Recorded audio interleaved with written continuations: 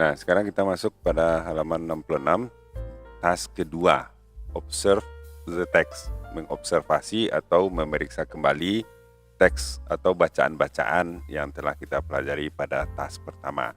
Jadi kita lihat di sini petunjuknya, bacalah bacaan di tugas yang pertama kembali dan jawab pertanyaan-pertanyaan berikut ini, ya, pertanyaan-pertanyaan berikut ini secara oral atau secara langsung dengan bicara, ya.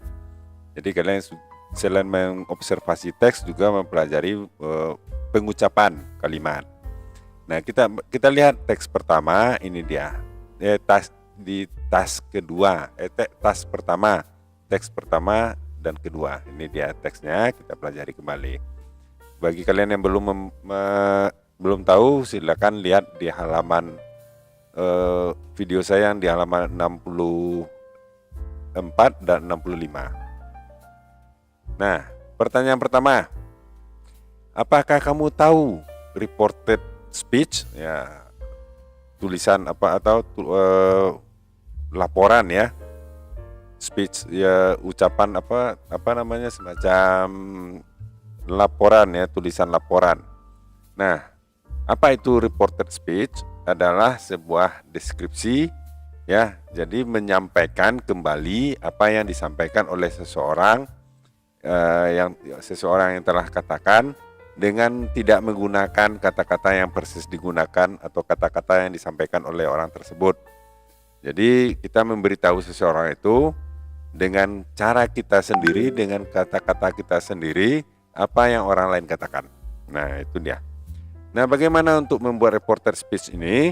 Ya, kalau kalimat reporter speech ini kita bisa menggunakan kalimat langsung dan kalimat tidak langsung, atau kalimat direct speech atau indirect speech, ya. Kalimat langsung dan kalimat tidak langsung. Nah, seperti apa kalimat langsung? Nah, kita lihat di teks kedua, yang ada cuma di teks kedua, ya. Ciri-cirinya ini ada tanda kutip, ya. Nah, ini kalimat langsung ini namanya, ya, menggunakan tanda kutip, ya, di kalimat itu persis seperti apa yang disampaikan oleh orang tersebut. Itu yang disebut dengan kalimat langsung. Sementara kalau kalimat tidak langsung, ini dia. Nah, ini kan disampaikan ulang nih, ya, disampaikan ulang, dan ini bukti oleh si penulis, ya, oleh si Jakarta Post, bahwa apa yang disampaikan dia ini ada buktinya. Ini dia buktinya. Jadi dia mengulang kata-kata dari Public Work Ministry Director General of Highways dari Bapak Joko Murianto. Itu kalimat. Ini kalimat tidak langsungnya, ya, kalimat reportnya, dan ini kalimat langsungnya. Di teks yang mana kamu menemukan reported speech itu? Yang kita temukan di teks yang kedua. Teks pertama tidak ada kita temukan reported speech, ya, yang tidak ada ciri-cirinya karena dia tidak menyampaikan tidak ada kalimat indirect speech-nya. Nah, nomor 2, apakah menurut kamu apakah reported speech ini biasa ditemukan pada teks seperti teks kedua? Ya, kita biasa menemukan reported speech ini pada jenis teks yang kedua. Karena teks kedua itu adalah laporan peristiwa, ya. Laporan peristiwa yang disampaikan oleh The Jakarta Post, ya, di korannya. Itu ciri-cirinya sering ditemukan seperti ini. Jadi di koran-koran, koran-koran berita, ya, berita-berita itu sering kita temukan. Kenapa seperti itu? Karena dia menyampaikan sebuah berita, dengan beserta bukti. Apa buktinya? Adalah ucapan dari orang yang berwenang atau orang yang kita kutip ucapannya itu menjadi berita kita. Nah, itu dia. Task ketiga, Mari kita buat pertanyaan pemahaman. Buatlah pertanyaan kamu sendiri tentang kedua teks tersebut. Apakah kamu memiliki beberapa pertanyaan-pertanyaan sejauh ini tentang kedua teks tersebut? Tuliskan pertanyaan-pertanyaan kamu itu dan tanyalah kepada teman kamu atau kepada guru kamu untuk memperoleh jawabannya. Nah, apa pertanyaan kira-kira yang bisa kita buat dalam teks pertama? Dari teks pertama ini apakah mungkin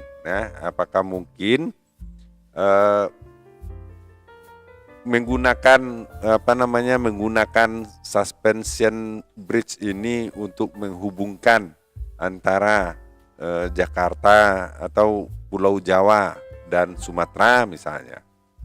Ya, apakah mungkin menghubungkan pulau-pulau besar yang ada di Indonesia dengan menggunakan suspension bridge ini, jembatan dengan suspensi seperti ini, karena kita lihat bisa sampai 1000 meter ya, 1 kilometer lebih, 1,5 kilometer, hampir 1,5 kilometer. Nah, apakah mungkin bisa juga seperti itu? Atau mungkin kalian punya jawab pertanyaan-pertanyaan yang lain tentang di teks pertama, bisa kalian tuliskan di kolom komentar. Begitu juga di teks kedua. Nah, teks kedua, apakah yang teks kedua bisa kita tanyakan, apakah mungkin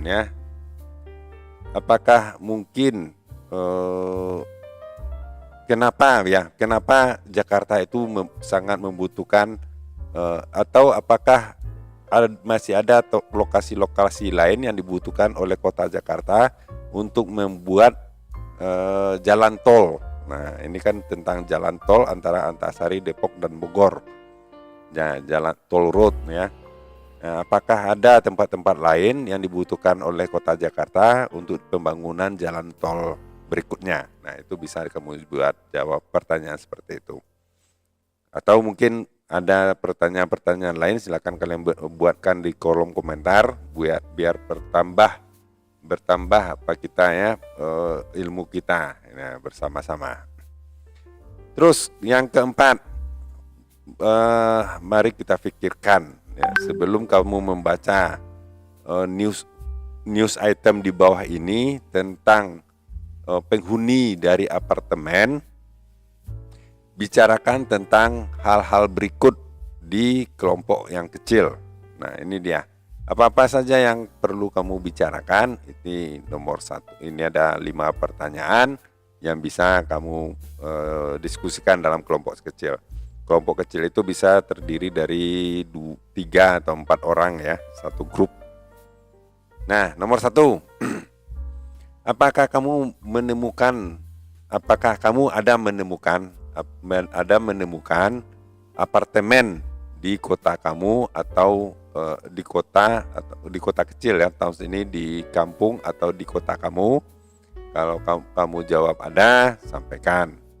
Ya, kalau tidak ada, sebutkan tidak. Ya, terserah, tergantung di mana kamu tinggal ya. Nomor 2, di mana biasanya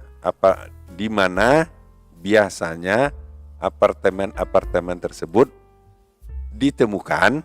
Nah, biasanya apartemen itu ditemukan di dekat-dekat keramaian ya, misalnya di dekat sekolah atau universitas atau daerah-daerah perkantoran, atau juga bisa di pusat-pusat kota.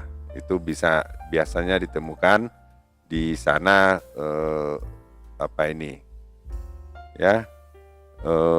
apartemen biasanya. Nah, nomor 3, bagaimana biasanya apartemen itu, bagaimana bentuknya atau rupa, look like ini bentuk atau rupa dari apartemen umumnya ya, generali ini umumnya. Bagaimana bentuk apartemen umumnya Ya, umumnya apartemen itu seperti bangunan yang tinggi dan besar, ya. Dan juga biasanya ada parkir di lantai bawah, paling bawahnya. Jadi mungkin tingginya 6 lantai atau 7 lantai seperti itu. Ada yang 5 lantai dan ada basement atau ruang parkir di bagian bawahnya biasanya. Itu pertama. Yang kedua biasanya ada penjaganya, ya, ada satpamnya di sana. Dan ada pagar yang jelas dan ada pengelolanya. Biasanya seperti itu. Nomor 4. Bagaimana perbedaan apartemen dengan dibandingkan rumah biasa. Nah, apartemen ini biasanya, kalau rumah biasanya memiliki taman dan ruangannya luas, ya. Jadi rumah mendatar, ya, dan bangunannya itu tidak banyak, mungkin paling tinggi tiga tingkat dan dihuni oleh 1 atau 2 atau 3 keluarga yang memiliki kekerabatan. Ya, bisa jadi misal, ya, satu rumah itu dihuni oleh 2 keluarga atau 3 keluarga yang saling berbaur, ya, tidak ada batas yang jelas. Misalnya mungkin kamar mandinya bersama-sama, terus dapurnya 1, ya, di rumah itu dapurnya 1, dan tempat ruang bermainnya juga bersama-sama, ruang televisi, ruang keluarga bersama-sama, campur. Kalau apartemen tidak, apartemen itu ruang terbatas dan bentuknya berbentuk gedung tinggi, ya. Rumah tegak lurus dan biasanya tidak ada taman di sana. Tidak ada taman karena, ya, kalau apartemen di masing-masing lantainya itu terdiri dari rumah-rumah kecil, ya, dibagi-bagi menjadi rumah-rumah kecil, yang mana tiap ruangannya itu menjadi rumah bagi keluarga, bagi satu keluarga. Jadi di satu ruangan itu ada kamarnya, ada dapurnya, ada kamar mandi, ada ruang keluarga, dan ada ruang makan segala macam ada di satu ruangan itu, dan terpisah dengan ruangan keluarga yang lain. Jadi tidak bercampur kalau di apartemen itu antar keluarga. Nomor 5. Apa kira menurut kamu, apakah keuntungan dan kerugian tinggal di sebuah apartemen dibandingkan tinggal di sebuah rumah? Nah, kalau keuntungan tinggal di apartemen itu tentu saja keuntungannya karena dia mempunyai pengelolanya jelas, aturannya jelas, ya, juga punya fasilitas keamanan, air bersihnya juga dikelola dijamin oleh orang yang pengelolanya, ya, yang punya apartemen. Terus kebebasan pribadi lebih terjamin, ya, karena kita dalam satu rumah itu tidak bercampur dengan keluarga yang lain, ya, atau kakak yang jadi satu ruangan satu kakak, seperti itu. Beda dengan rumah. Ya, kalau kekurangannya tinggal di apartemen itu tentu tidak punya taman, jadi ruangannya terbatas, ya, dan juga mempunyai aksesnya cuman untuk seluruh keluarga yang tinggal di apartemen itu. Pintu keluarnya biasanya cuma 1. Jadi di tengah-tengah apartemen itu biasanya ada tangga di tengah-tengahnya untuk menghubungkan lantai 1 dengan lantai berikutnya, lantai bawah dengan lantai atas. Nah, itu keuntungan, kekurangannya tinggal di apartemen. Kalau tinggal di rumah, kita tentu mempunyai ruangan yang lebih taman yang lebih luas, ya, dan juga mempunyai ya bersosialisasi mungkin di dalam rumah itu. Kalau syukur-syukur kalau rukun antara satu kakak dengan kakak yang lain, keluarga dengan keluarga yang lain, alhamdulillah. Kalau tidak ya seperti neraka ya. Nah itu, dan kekurangan kalau di rumah itu keamanan tidak bisa terjamin, air bersih kita yang ngurus ya, seluruhnya yang berkaitan dengan rumah kita itu kita yang ngurus. Nah itu kekurangan dari rumah, dari hidup di rumah. Nah barangkali itu dulu untuk kali ini ya, mudah-mudahan bermanfaat. Jangan lupa subscribe channelnya dan like videonya. Sampaikan pada guru dan teman, diskusikan di dalam kelas, mudah-mudahan bermanfaat. Sampai jumpa.